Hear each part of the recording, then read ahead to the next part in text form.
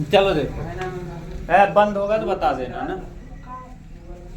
देखो कल हम लोग कर लिए थे चौथे का ख तक, चौथे का ग से देखो कह रहा है यदि R1 तथा R2 समुच्च हैं, समुच्च A में तुल्यता संबंध है।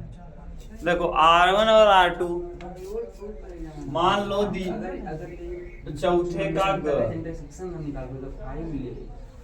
ध्यान सुनो, चौथे का ग क्या कह रहा है, R1 और R2 समुच्च A में दो तुल्यता संबंध है, समुच्च A में दो तुल्यता संबंध है।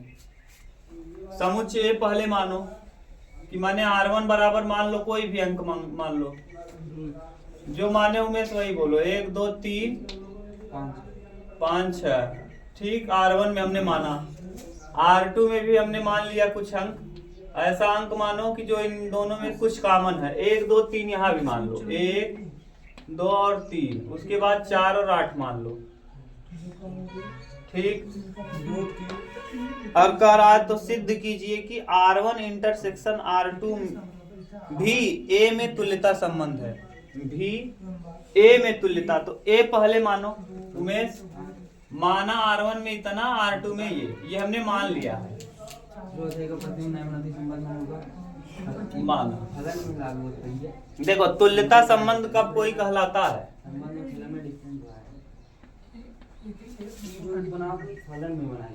तुल्यता कब है, 3 कंडीशन होना चाहिए, स्वतुल्य होना चाहिए, सम्मित होना चाहिए और संक्रामक होना चाहिए।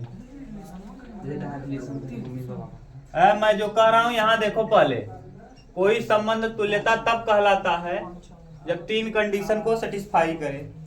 क्या हो, स्वतुल्य हो। स्वतुल्य का मतलब स्वयं का संबंध स्वयं से, स्वयं का संबंध स्वयं से। जैसे स्वतुल्य तब कहेंगे हम जैसे x, x belongs to R है,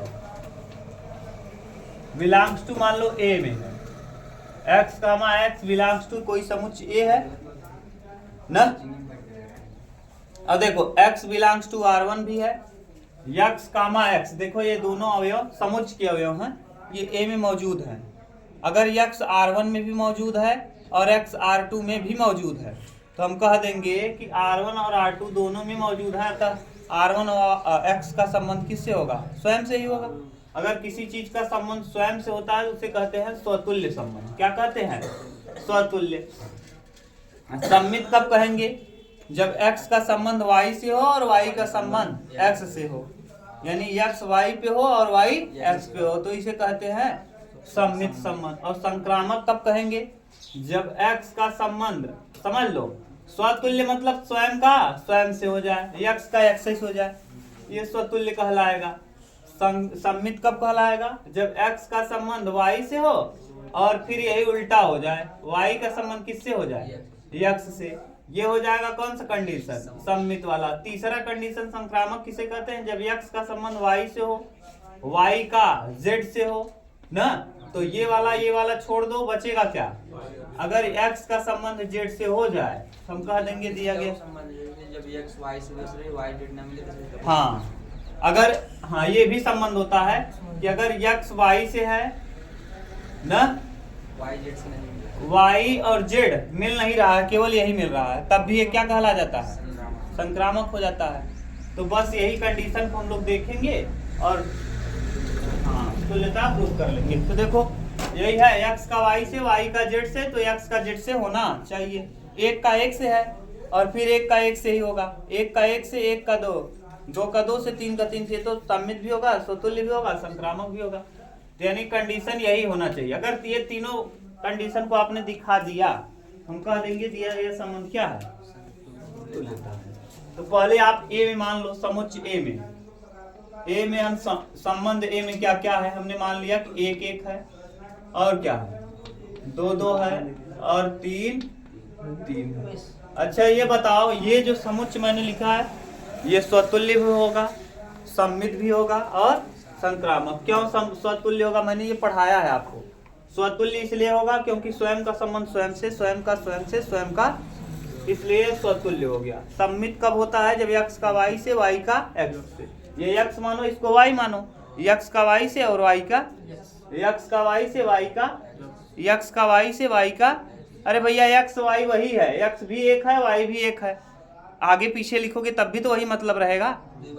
हाँ, चाहे जैसे लिखो, उलट पलट के लिखोगे एक्स वाई आएगा ही। वाई एक्स का हो जाए एक्स वाई, नहीं समझ रहे हो? जैसे हम कहें एक और एक है, ये एक्स है और ये क्या है? वाई है। जरा इसको उल्टा कर दो एक एक को, अभी भी तो वही है, ये भी तो वाई एक्स ऐसे लिख सकते हैं, वाई बराबर भी एक है। देखो उल्टा करने पे वही आ रहा है क्या? इसका मतलब ये क्या हो जाएगा? सम्मित हो जाएगा। और संक्रामक कब होता है? एक्स का वाई से हो और वाई का जेड से हो, लेकिन ऐसा मिल ही नहीं रहा है। अगर एक्स वाई है और वाई जेड मौजूद ही नहीं है, तब भी क्या हो जाता है? संक्रामक हो जाता है। तो यानी यह दिया गया संबंध क्या है? तीनों है, सम्मित भी है, स्वतुल्य भी है और संक्रामक भी है। अतः ये जो संबंध है, ये 1 2 3 R1 में भी मौजूद हुआ है और R2 में भी मौजूद है। यानी 1, 2, 3, 1 2 और क्या 3, 1 2 और 3, ये छोटा ब्रैकेट बिलोंग्स टू किस में? R1। और 1, 2, 3 बिलोंग्स टू किस में? R2। R1 में भी मौजूद, बिलोंग कर रहे हैं, यानी 1 2 3 R1 का भी अवयव है और 1 2 3 R2 का भी अवयव है। इसका मतलब 1 2 3 इसके इंटरसेक्शन का भी क्या होगा? अवयव होगा। R1 belongs to R1 intersection R2, और R1 इंटरसेक्शन R2 पहले ही आपने इसको सिद्ध कर दिया है कि ये क्या है? स्वतुल्य है, सम्मित है और संक्रामक, तीनों है। अतः यह क्या है? तुल्यता है। तो ये भी क्या होगा? तुल्यता। यही सिद्ध करना था। ठीक, हाँ। अब कोई दिक्कत हो तो बताओ। सही समझ गए ना? अगर दिक्कत हो तो आप वीडियो मेरा देखना, बहुत डिटेल में मैंने पढ़ाया है, बहुत अच्छे से। हाँ, तो संख्या लिख, यहाँ ऐसे ना लिखवा तू फलन हो जाए, संबंध हो जाए। हमारे संबंध के संगे संगे फलन दिखा तो हमें लगा था तुम्हारे दिमाग में ही बना ऐसे जो ग्राफवा बनवा थी, केवल संबंध कहा था।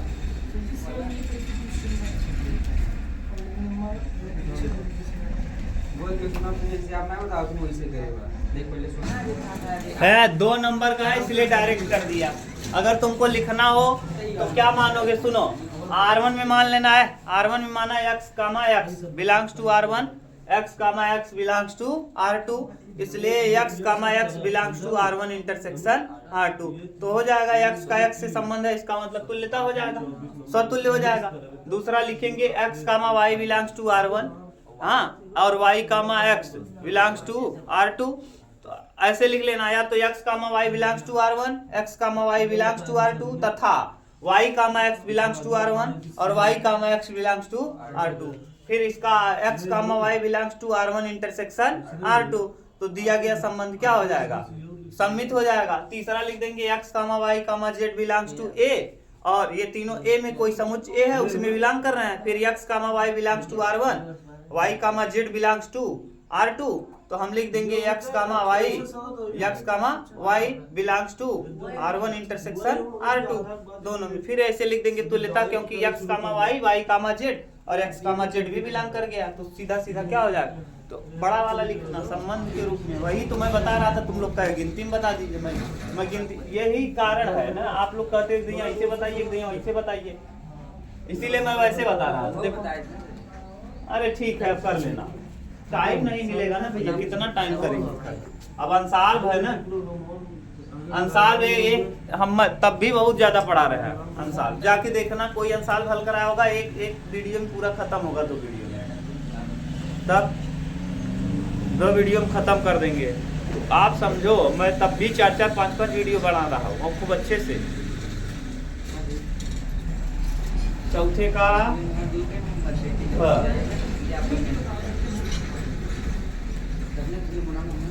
चौथे का घ क्या कह रहा है? A,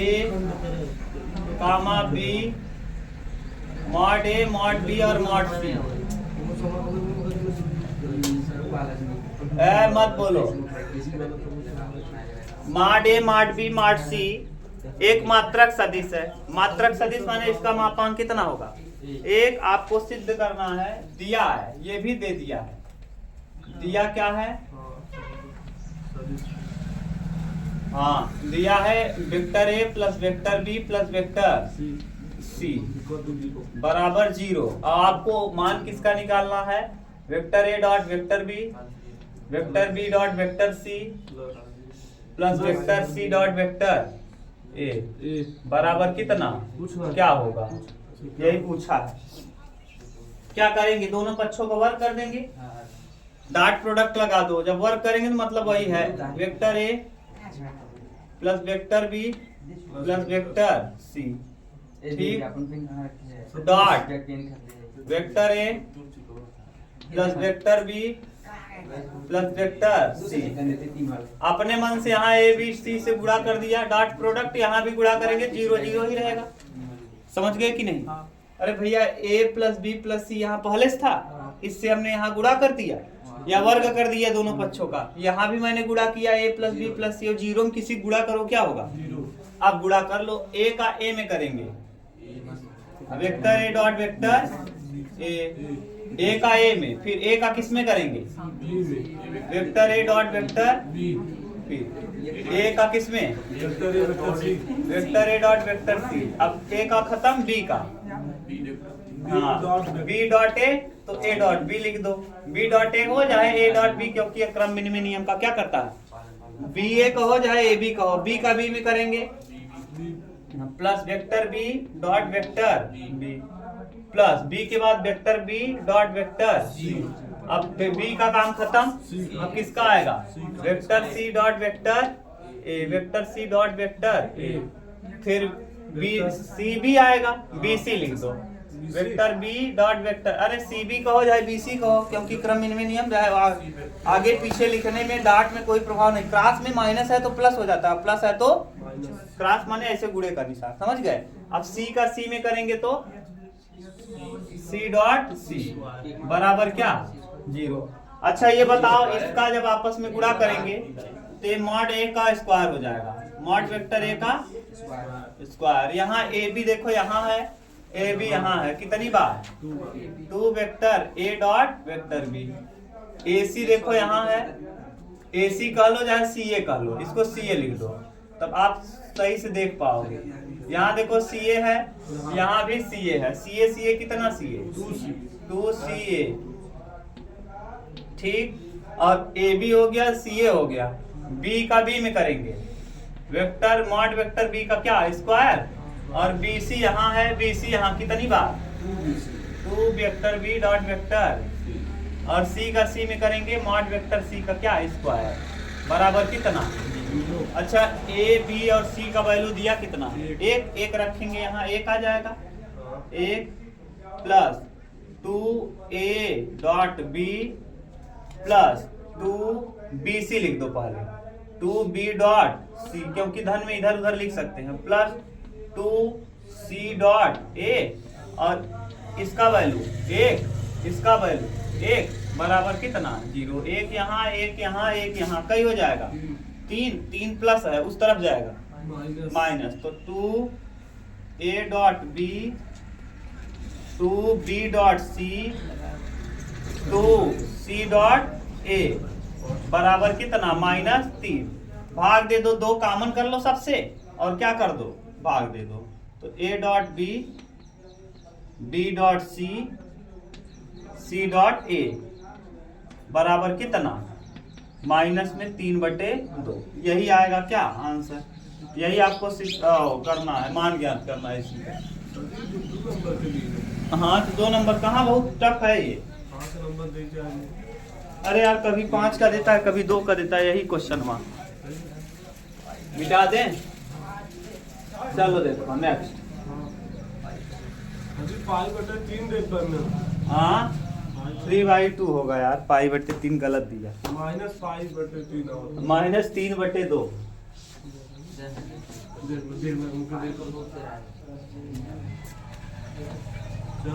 उमेश का है, चौथे का -3/2 है, चौथे का ख दिया है, तुम ख देख लिए। अब इसमें सही दिया है, इस अंसाल में देखो दिया है -3/2, देख लो -3/2 दिख रहा है। हाँ हो गया जो भी है। चलो देखो इसके बाद वाला 5वां क्वेश्चन नंबर 5वें का क है। आप लोग अभी अंसाल पढ़ रहे हो ना, सबको मूर्खता लग रही है। ये अंसाल जो किया है ना उसको ठीक ठाक पेपरवन समझ में आएगा, देखना बुत रहेंगे सब। जाने तो दो पेपरवा अभी उड़ रहे हैं ना, उड़ना बंद ना हो जाए बताना पेपर में। जो नहीं पढ़ रहा है मजाक समझ रहा है अंसाल को, विश्वास मानो हालत खराब हो जाएगी। पेपर आएगा ना समझ में नहीं आएगा, एकदम शून्य हो जाएगा दिमाग वहाँ, और ठीक ठाक जगह चला गया तो और शून्य हो जाएगा। इस बार सरकार के ऊपर बहुत ही ज्यादा आरोप लगाया गया है, सरकार के ऊपर बहुत आरोप लगा है। एक तो कुंभ की वजह से ऐसा आरोप लग रहा है, इस वजह से इस साल हो सकता है शासन एकदम टाइट ट्वीट रहे एकदम ना, तो हालत खराब हो जाएगा। इसलिए कह रहे हैं आराम से पढ़ो, जो दिक्कत हो पूछ पाछ लो। और तुम फिजिक्स वाला ले आना, मैं बता दूंगा। x² / 25 + y²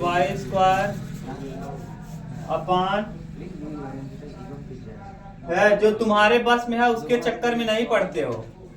अब एक एक नंबर 2-2 नंबर के लिए 25 नंबर अगर आपने फाइल बनाया होगा तो 20 नंबर एग्जामिनर देगा ही देगा, कुछ नहीं कर सकता हो। 15 नंबर आपके फाइल का मिलता है और 5 नंबर आपके अटेंडेंस का मिलता है। 20 नंबर तो मिला, 30 नंबर का है ना वाइवा जो प्रैक्टिकल हो रहा है। 30 नंबर में 15 नंबर आपका काट ही नहीं सकता क्योंकि वो फाइल का है, 5 प्रेजेंटेशन का है। बचा 10 नंबर, 10 नंबर में एग्जामिनर की मर्जी जो दे दे। 15 नंबर स्कूल वाले तो वही तो कह रहा हूँ, 15 नंबर स्कूल वाले का वही फाइल का ना भैया, वो जो फाइलिया आप जचवाते हो। 10 नंबर का एग्जामिनर वाला 10 नंबर जाते थे और उन पूछे थे ऊपर 2-3 नंबर हो गया जो भी फाइल एक ही चार्ट बना कुल मिला लो, आप सोच लो। हाँ उसी का है यार 15 नंबर, जो आप वो नहीं करते हो, वही जो विद्यालय का, वही विद्यालय कहते हैं जो आप फैलिया जचाते हो। अब सोच लो 15-10 नंबर का कुल मिला के आपको कंपलसरी मिलना ही है 20 नंबर किसी भी हालत में। तुम 10 नंबर के लिए इतना मर रहे हो, आ रहे हो जा रहे हो, यहाँ सीधा सीधा तुम्हें 2 क्वेश्चन 10 नंबर दिलवा देगा। 1 क्वेश्चन 8 नंबर का रहेगा। 7वां 8वां क्वेश्चन कर दो, 8 नंबर ले लो। उस 8 नंबर के लिए मर रहे हो एग्जामिनर के आगे पीछे, और यहाँ 8 नंबर तुरंत मिल जाएगा अपना दिमाग लगाओगे तो। इसके चक्कर में नहीं पड़े हो, इससे तुम्हारा विकास भी होगा। उससे कौन सा विकास होगा? एग्जामिनर की दलाली। अभी दलाली मत फानो, दलाली करना अच्छी बात नहीं है, किसी के दलाल बनना। आत्मसम्मान से जियो, मानव का जिंदगी है, कुत्ते की जीवन नहीं है, समझ गए? लेकिन क्या करोगे? ये देखो परवलय का समीकरण है, दीर्घवृत्त का समीकरण है। दीर्घवृत्त का समीकरण कैसे चेक करते हैं? सूत्र होता है x² / a² + y² / b² बराबर 1। अगर इससे तुलना अगर हम करें, लड़के बात मत करो, अगर इससे तुलना किया जाए तो देखो a² यानी यहाँ 5 का स्क्वायर होगा और b² यानी यहाँ 3 का स्क्वायर होगा। इसका मतलब a यानी a का मतलब है 5, a बराबर कितना है 5 और b बराबर कितना है 3 है। अच्छा बताओ कौन बड़ा है? 5 बड़ा है। a बड़ा है b से, a बड़ा है b से। इसका मतलब जो दीर्घ अक्ष होगा, दीर्घवृत्त का जो दीर्घ अक्ष होगा वो कौन होगा? a। दीर्घवृत्त का दीर्घ अक्ष कौन होगा? a। 2 बताया था मैंने, लघु अक्ष और दीर्घाक्ष, याद है कि नहीं? जब 11 में पढ़ा रहा था तो ऐसे बनाया था। इस बार दीर्घ अक्ष मैंने किसको बनाया है? देखो a को। दीर्घ अक्ष कौन बना है? a। यही है, ये 0,0 है। 0, यहां से यहां तक कितना चला है भैया? देखो a का मतलब कई, तो ये हो जाएगा 5,0। ये वाला खाना कहलाता है b, तो देखो b कितना चला है? तो 0,3, क्योंकि y अक्ष बाद में आता है। और अगर हम इस पे स्ट्रिप डाल दें, क्या डाल दें? स्ट्रिप, और स्ट्रिप डाल के हम इसको हल कर लें, एक हिस्से का आएगा। कितना हिस्से का? अब कैसा, कितने हिस्से हैं? 1 2 3, इसमें 4 का गुणा कर दें तो पूरे का क्षेत्रफल आ जाएगा। अब हम करेंगे क्या? इंटीग्रेशन लगाएंगे। इंटीग्रेशन 0 से कहाँ तक? 5। ये 0 कामा 0 है, 0 कामा 0 से कहाँ तक गए हैं? 0 से 5। और y dx, y, अब y का वैल्यू निकालो यहाँ से। y का वैल्यू निकालेंगे, कैसे निकलेगा? y²/9 यहीं रहेगा। है उमेश? बात मत करो, y²/9 यहीं रहेगा। 1 माइनस x² कितना? 25। x²/25। ठीक से और लिखेंगे, 25 से क्या? तो y²/9, y²/9 बराबर ये हो जाएगा 25 माइनस x² और बटे में कितना? 25। अब 9 को तिर्यक भेज देंगे तो यहाँ से हो जाएगा y² बराबर 9/25। 9/25, 25 देखो बटे में कर दिए। और ये हो जाएगा 25 माइनस x²। कोई दिक्कत अभी? हमको केवल y चाहिए। ये y² है और हमको यहाँ क्या चाहिए? y चाहिए। तो y के स्थान पे हम इसको रूट में लिख लेंगे। तो y बराबर बताओ क्या हो जाएगा? y बराबर हो जाएगा कितने? ये रूट में जाएगा कितने का वर्ग है? और ये कितने का वर्ग है? और ये तो बाहर हो नहीं पाएगा, तो इसको लिख देंगे 5 का वर्ग माइनस x का। y का वैल्यू आपने निकाल लिया। अब y का वैल्यू निकल आया तो अब आप सूत्र जानते हो। उमेश, अब जरा ये सूत्र बताओ। 3 विशेष प्रकार का मैंने सूत्र पढ़ाया था। 3 √a² minus x² minus a² और a² प्लस x² कह लो, चाहे x² प्लस a²। ये 3 विशेष समाकलन के मैंने बताया था। 3 विशेष। तो ये माइनस में अगर x रहता है तो बीच में साइन बनता है, a²/2 साइन इनवर्स प्लस में। ठीक, तो सूत्र मैं लिख दे रहा हूं। देखो यहाँ सूत्र क्या होगा, पहले y का वैल्यू रख लिया जाए तो y बराबर हो जाएगा, देखो 3/5 हो जाएगा बाहर। इंटीग्रेशन कहां से कहां तक? 0 से 5 अंडर रूट में क्या स्क्वायर? 5 का स्क्वायर माइनस x का स्क्वायर और d। सही है? हाँ, y का वैल्यू है ना। y बराबर देख x के पदों में हल करेंगे क्योंकि स्ट्रिप आपने किस में डाला? x में। ये क्या है? इसकी चौड़ाई क्या है? dx है। और इसकी लंबाई क्या है? y है। ऊंचाई y माना है तो y को हम हल कर दिए। बाउंड्री लगा दिए, 0 से 5 के बीच ही हल करना है। अच्छा, ये सूत्र बताओ Umesh. Integration a² minus x² under root में dx का सूत्र मैंने लिखाया था। x/2 अंडर रूट में a² माइनस x² और plus a²/2 sine inverse x/a। ठीक, और प्लस में क्या था? c। याद करो, ये मैंने सूत्र स्पेशल करके लिखाया है और प्रूफ भी कराया है। ठीक, ये मान के कराया था। x बराबर माना था साइन थीटा। ठीक, रख लो। ये 3/5 तो बाहर रहेगा, कोई दिक्कत नहीं। 3/5 तो बाहर, बड़ा ब्रैकेट लगाएंगे, इसका सूत्र लिखेंगे। x/2, x की जगह x है तो x/2 अंडर रूट में जो है वही लिख दो। 5 का वर्ग 25 माइनस x² प्लस क्या है? a²/2। a का मतलब 5, 5 का वर्ग 25/2 साइन इनवर्स x की जगह x और a की जगह यहाँ क्या है? 5 है। a की जगह 5। और लिमिट कहां से कहां तक भैया? 0 से। अब लिमिट रखो जरा। अब अपर लिमिट पहले रखेंगे। 3/5 ऐसे ही रहेगा। अपर लिमिट रखो उमेश। अपर लिमिट 5 रखेंगे। 5/2, 5/2 और यहाँ 25 और 5 बचे 25। 25 में से 25 जाएगा, कितना आएगा? 0। 25 माइनस 25, अब तो 0 हो जाएगा। और प्लस 25/2, 25/2 साइन इनवर्स 5/5, 5/5। सही है? अपर लिमिट हो गया माइनस लोअर लिमिट। 0 रखेंगे, यहाँ 0 यहाँ 0, 0 का गुणा है। जैसे ही यहाँ 0/2 रखोगे और अंडर रूट में रखोगे 25 माइनस 0। ठीक, और फिर प्लस 25/2 और यहाँ साइन इनवर्स 0/5 कर लो। अब जैसे आप बताओ ये वाला क्या हो जाएगा 0, ये वाला 0 हो जाएगा, ये 3/5 ऐसे ही रहेगा। ये तो हो गया कितना 0, कोई मतलब नहीं। ये वाला 25/2 साइन इनवर्स 5/5 1 हो जाएगा, और 1 का मतलब π/2, तो 25/2 इंटू π/2 सही है। अपर लिमिट हो गया माइनस ये वाला 0, ये वाला भी।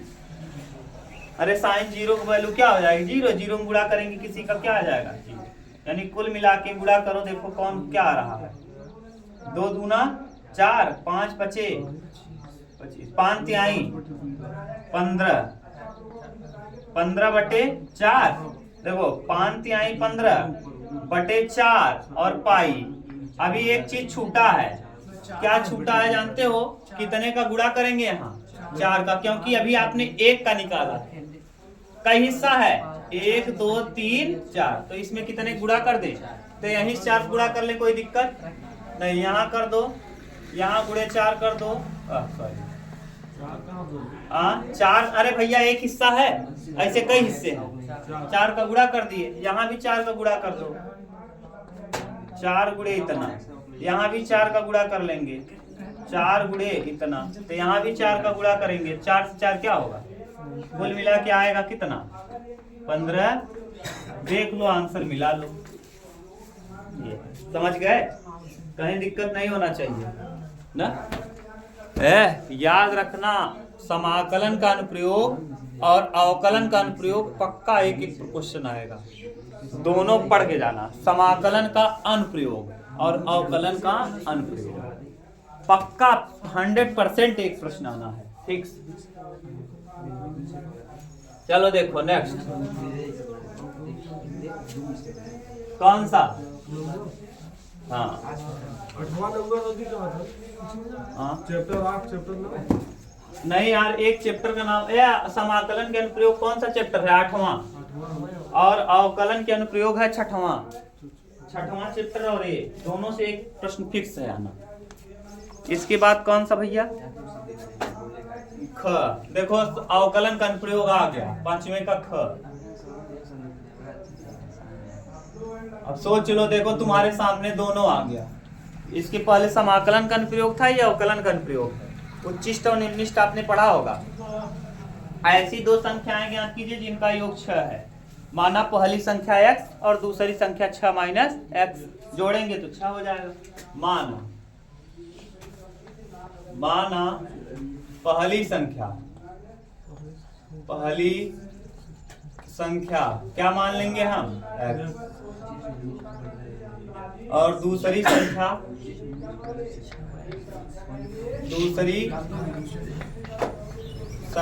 6 माइनस x।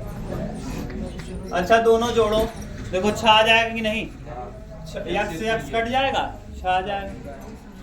आगे कह रहा है तथा इनके घनों का योग न्यूनतम है। घनों का योग शर्तानुसार, इसके अनुसार शर्तानुसार घन का योग कर दो।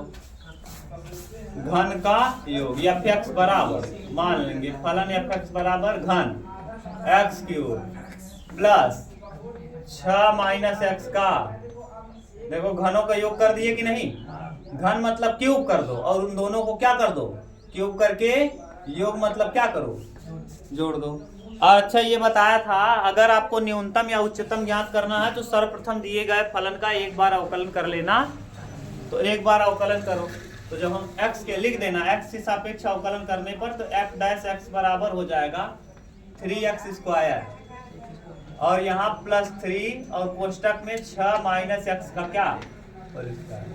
इतना करने के बाद हम करते क्या है, बिंदुओं को ज्ञात करने के लिए dy/dx या f' बराबर 0 रख देते। उच्चतम बिंदु या निम्नतम बिंदु ज्ञात करने के लिए f' बराबर क्या रख देंगे 0। कहाँ गलत है?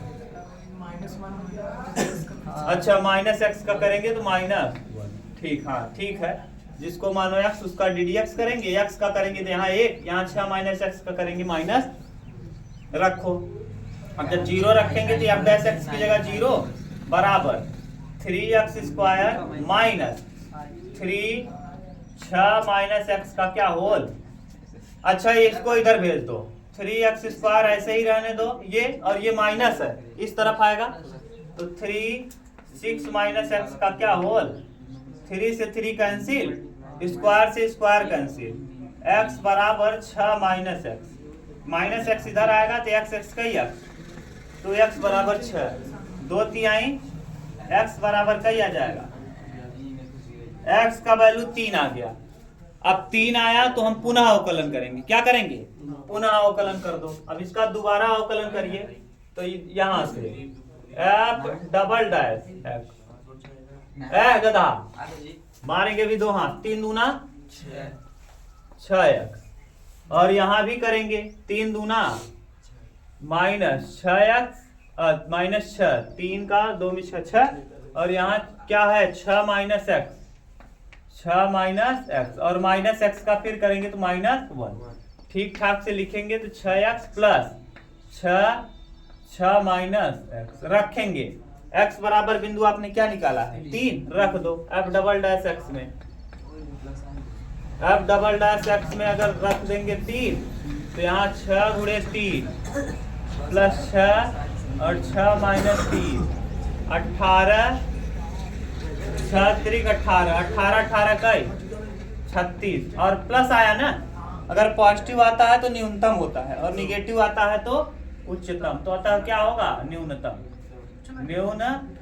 और यही सिद्ध करना था कि न्यूनतम होगा, यही न्यूनतम सिद्ध ही करना है। हाँ तो हो गया, बस एक जगह क्या होगा x का वैल्यू क्या होगा 3 और x का वैल्यू भी 3, अगर 3 3 रखेंगे तो सबसे कम मान होगा। अगर क्यूब करेंगे घनों का योग, देखो दो लोगों को जोड़ने कब छा आएगा पहले मतलब समझो। हम मान ले एक संख्या x है डक्कनो बाहर के बाद खींच के दो हाथ ना बेवकूफ हो, 3 जोड़ने कब आएगा 3, अच्छा सॉरी 6 कब आएगा, 1 और 5 जोड़ दें, 2 और 4 जोड़ दें, 3 3 जोड़ दें, अब उल्टा ही हो जाएगा, 4 2 करोगे तो मतलब वही है, और 5 1 करोगे तो मतलब, और 1 और 0 और क्या 0 6 जोड़ेंगे ना गधा। अब अच्छा ये देखो घनों का योग का है, पहले इसका घन करो, 1 का क्यूब करेंगे 5 का क्यूब 100 125, और 1 इसका क्यूब करो, 2 का क्यूब 8, और 4 का क्यूब 4 चौक 16 चौका 64, 64 और 8 8 4 72, फिर 3 का क्यूब 3 3 9 3 27, फिर 3 3 9 3 27 27 54, और 0 का 0 6 36 छक्का 200, तो 200। अच्छा बताओ सबसे कम कब आया है 54 है, किसको कब कब आया, कब होगा जब x का मान भी 3 होगा और y का मान भी, तो यही तो कहा है 3 3, वही तो कहा है, यही तो हमने निकाला कि जब x का मान 3 होगा और y माने दोनों संख्याएं 3 3 हो तो उसको हम जोड़ेंगे तो 6 होगा, और इसके घनों का क्यूब करेंगे तो सबसे कम होगा। समझ गए मतलब, हाँ ये मतलब है। एक ठो और देख लो, अरे यार अर्थ और समझते हो कि बस ऐसे हल करने के चक्कर में पड़े रहते हो, अर्थ समझो उसका क्या कह रहा है, कैसे सिद्ध हो रहा है।